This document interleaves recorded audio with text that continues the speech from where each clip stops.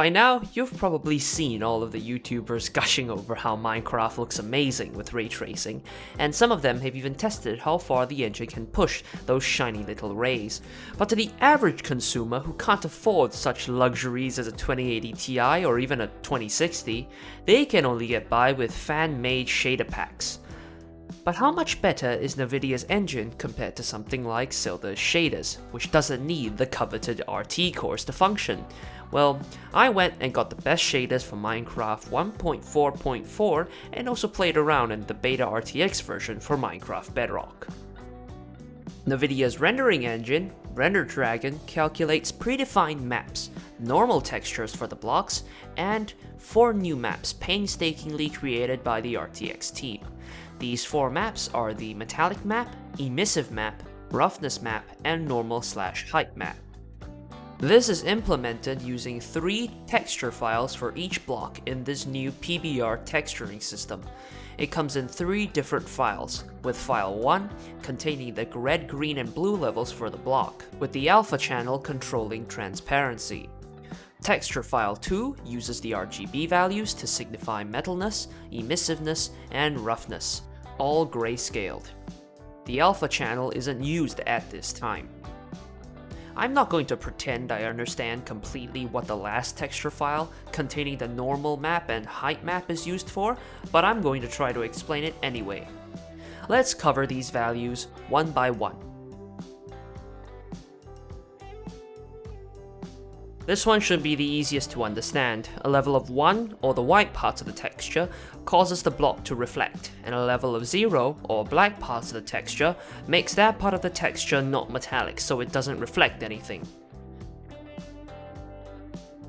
This is the value which causes the block to glow.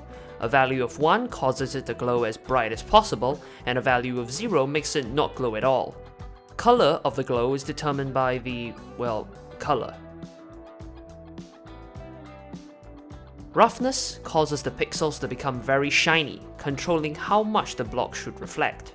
Basically, Metalness just states whether the block should be able to reflect things, and the Roughness fine-tunes the individual pixels to let them reflect specific items. Normal maps are more complex and are used to make certain parts of the texture seem more three-dimensional, by making it look like the texture is receding or sticking up. This is similar to the height map, which controls how high each pixel is. I did some comparisons in the same wide environment copied from 3Clicks Phillips' video on this topic. Between both fake ray tracing and real ray tracing, the results were that the fake ray tracing was really bad at blending the different light levels between different blocks, which made it very apparent it wasn't real. Turning up the shadow quality and suffering a massive hit to performance doesn't improve it graphically. This extended to different rooms and tunnels as well. Real-time tracing is much better in this regard. Able to use the RT cores to trace rays made the problem with blending go away completely, leaving different rooms with realistic shadows. However, when outside in the wilderness, both sets honestly performed acceptably above 200 FPS at 12 render distance, and 60 FPS with 8 rendered chunks respectively. However, Nvidia's RTX is currently in beta and will get better as time progresses, while Zelda's shaders might take a longer time. If you don't have an RTX capable card, but really want to play Minecraft with all the shiny graphics, I recommend Zelda's shaders with the 1x render and shadow quality. If you really must get all those rays, then I recommend the 2070 Super, a nice middle ground, and what I used for this video.